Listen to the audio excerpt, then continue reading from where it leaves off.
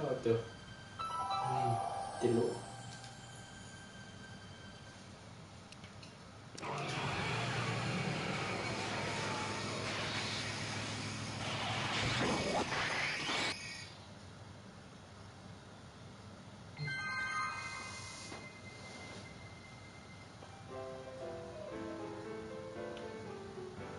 They say I'm crazy, got no sense, but I don't Hey, nice suit. Where'd you get it? Costume shop at the mall. I had it custom made. Yeah? Quality material. Who are you? Where you from? The name's, Michael Corleone. I'm just your average 1931 kid, you know, hanging out in speakeasies and, soaking in the scene. Average kids don't dress that way. Come on, what's the dough? Spill it, or I'll... Go easy, kid. From the cut of the suit, I'm thinking he might be with the Valenti gang. Is that so? Yes? Prove it. You ain't leaving till you show me some bona fides. I've got a little something here that might convince you. Don't even blink. It's not a real gun, it's not a real gun, I swear. It's a gift from Don Valenti, see? To your family from mine, in gratitude for your continued service, J.J. Valenti. Looks like little Mikey Corleone here really is with the Sacramento boys. You got stones, Pee-wee. I like that. Have yourself a drink, on the house. Matches, put down your gun. You look like a moron.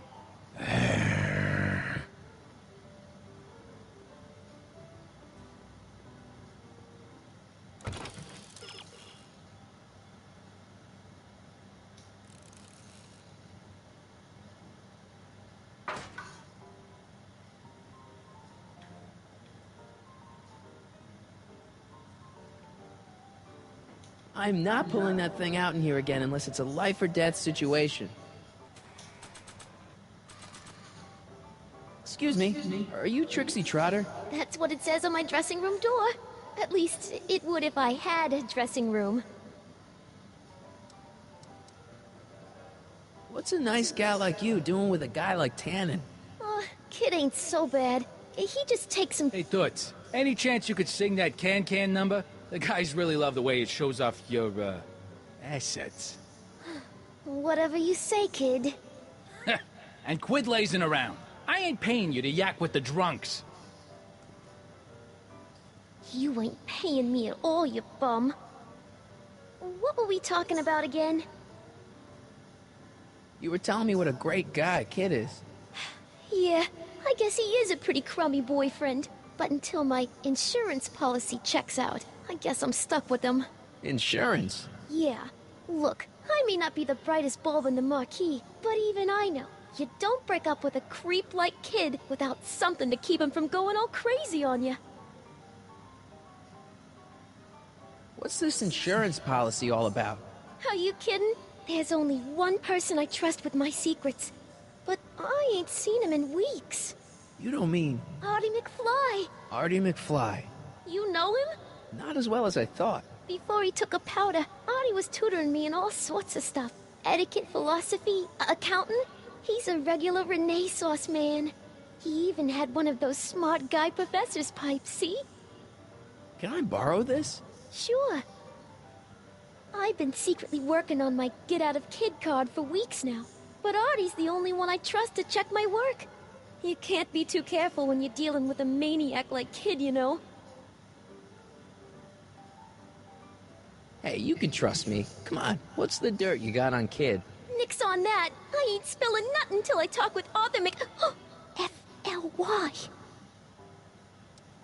Hey, if I arrange a meeting with Artie, could you use that insurance of yours? Use it. Heck, if what I'm sitting on pans out, I could send that bozo all the way to the big house. I'll see what I can do. Break a leg out there. Thanks. She's supposed to turn on Kid Tannen tonight? Okay, Doc, if you say so.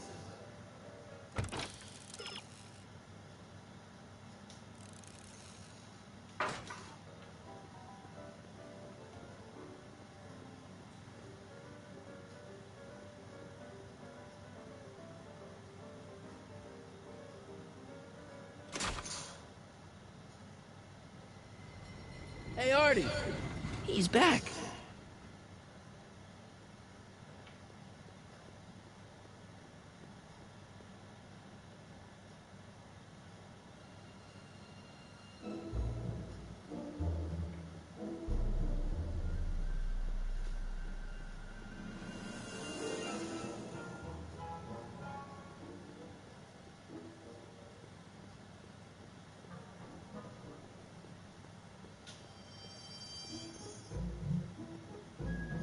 Mike, you're just in time. How have you been, Emmett? I know I haven't seen you in a couple of months. I'm great, and I owe it all to you. Really? Yes, that argument I had with my father during our jet drill experiment gave me the incentive to finally quit that dreary court job. I've committed myself full-time to a life of science. So, thanks for watching Einstein while I've been away. It's been a pleasure. He's proven to be a surprisingly willing test subject. It's almost as if he's been working with me for years. More like decades. What's the story with the little car and all this equipment? Einstein and I are conducting a few experiments with this 1/4 scale model to work out a few hitches in my planned demonstration at the Hill Valley Expo in a couple of months. A radio-controlled car? No. Well, yes, but there'll be so much more than that. It will amaze the world. Aha! Got it! Got what? I'll show you. Ready to go, Einstein?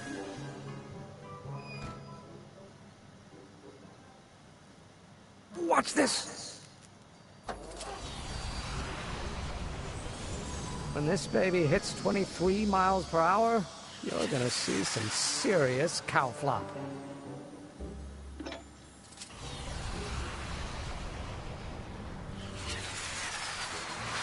Einstein! No! Get him out of there! Not to worry. I've got a fail-safe eject mechanism around here someplace. See? Nothing to worry about. Nothing.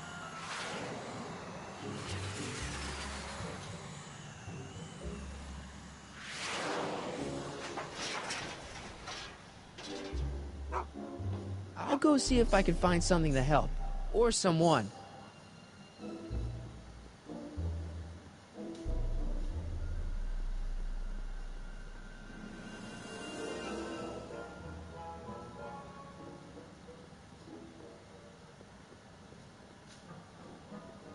Majestic Arms. Transients welcome. Well, they don't get more transient than me and Doc.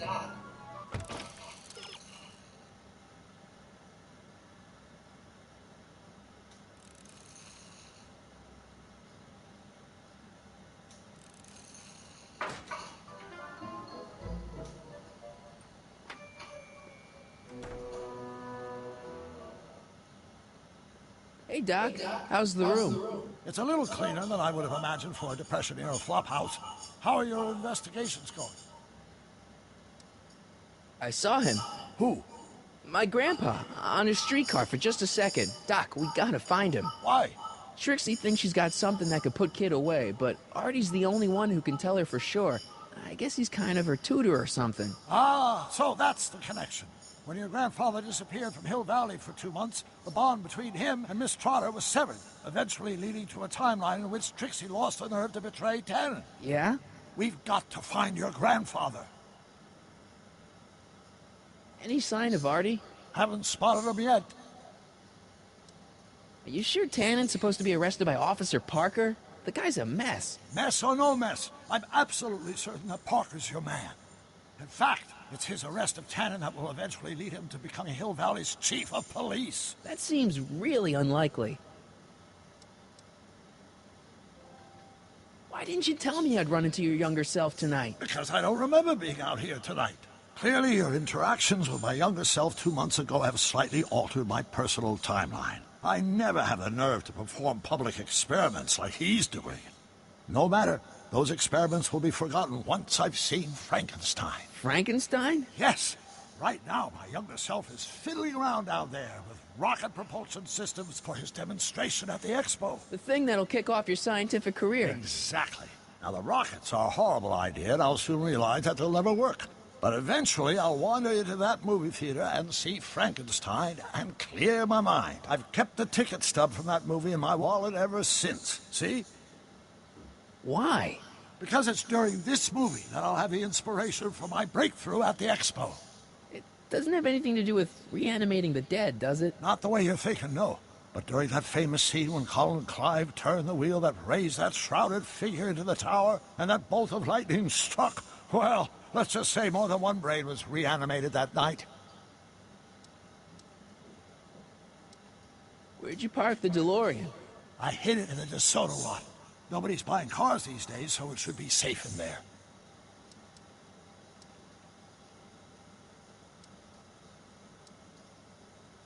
Emmett's not having much luck getting Einstein off the courthouse. I'm not surprised. Einstein's a smart dog, but heights give him the willies. What can we do? I've got it. What? Just get my younger self distracted, and I'll handle the rest.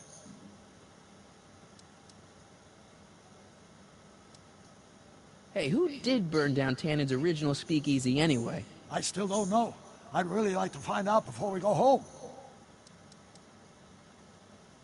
I never did get a straight answer about why he came back to 1931 in the first place. It's, personal. When this is over, I'll tell you all about it. I'm gonna hold you to that, you know. Can you explain all this? I'm confused. It's very simple. In the original timeline, Timeline A, the speakeasy arsonist was never caught, creating one of Hill Valley's enduring historical mysteries. Okay. When I traveled back to 1931, I created Timeline B, in which I was misidentified as the arsonist and subsequently killed by Kid Tannen's goons. Einstein came with me, and somehow he ended up in the DeLorean when its failsafe mechanism triggered, sending it back to 1986. Which is where I came in. Precisely. You traveled back to June 14th, 1931, creating Timeline C, a world in which Carl Sagan wasn't rubbed out by Kid Tannen, but Arthur McFly was served with a subpoena. And shot by Kid Tannen's goons. Yes. So you jumped back in time 6 hours, creating Timeline D, saving your grandfather's life, but somehow preventing Kid Tannen from meeting his date with justice. Which is why the Tannens were so powerful when we jumped back to 86. Uh-huh. So now we've returned to August of 1931, creating Timeline E, in which, fingers crossed, we'll send Tannen to prison where he belongs. Got it? Sure. Good. One question. What? Can you explain all this? I'm confused. Why are Tannens always such jerks anyway? It's hard to say. Rogue Neanderthal genes in their DNA, perhaps. Okay, I better get back to fixing history. Be careful, Marty.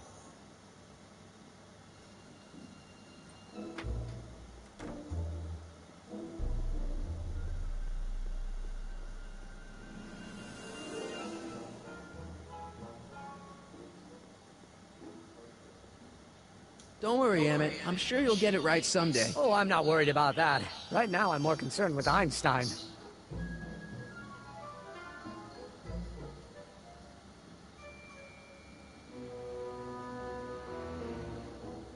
Why don't you take a break from Einstein Patrol for a minute? Maybe go see a movie or something. Thanks for the offer, Mike. When once Emmett Lathrop Brown sets his mind on a task, nothing can distract him from his purpose. And right now, that purpose is rescuing your dog. What went wrong with your rocket car? I'm not entirely sure. As soon as we get Einstein down, I'm gonna go look for it. What's up with you and Edna? A couple months ago, I could swear she was making goo-goo eyes at you. That was before my father had her stay-sober society meeting thrown out of our house. Now she takes every opportunity she can get to snipe at me and my work. It's very distracting.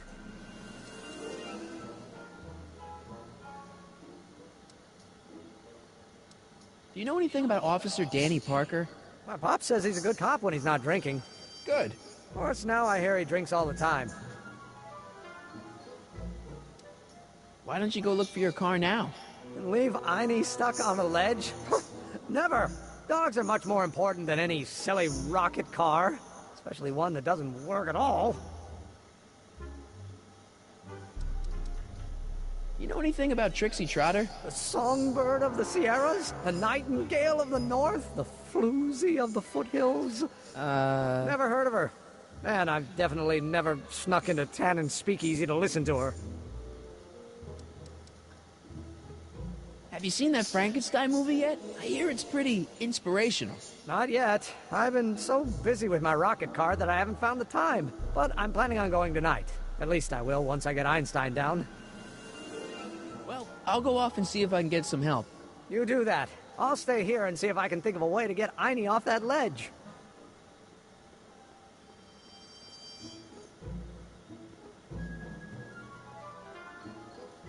Don't touch those! They're very sensitive! Sorry.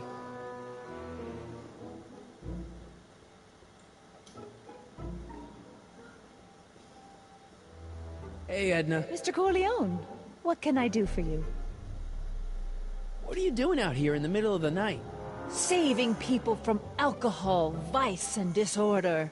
And also keeping a lookout for hot stories. You'd be surprised how much news breaks on this corner.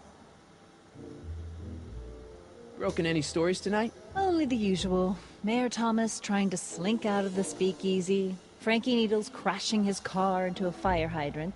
Nothing that'll get me the front page.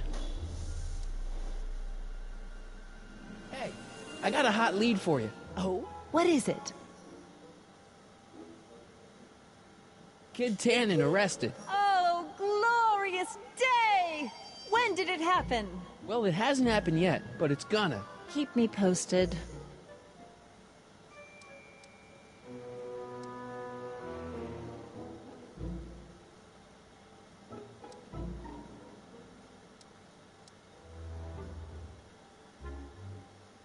What's going on with you and Emmett? The last time I saw you, you seemed to be kinda interested in him. That was before I belatedly realized that his agreement to host my Stay Sober Society was a clever ruse to ferry barrels of hooch to his so-called laboratory. Sorry about that. Now his very presence fills me with an irrepressible urge to pick at his philosophical and intellectual foundations with every tool in my vocabulary. So you're not dating? Dating? The mere thought of romantic involvement with that undisciplined techno-anarchist is preposterous. Good. What was that song you were singing earlier? Do you like it? I wrote it myself. It really gets the toes tapping at the Stay Sober Society meetings. Although I suppose that could be the Shakes. Would you like to hear it again? Maybe later. I'll be here all night. See ya. Keep fighting the good fight.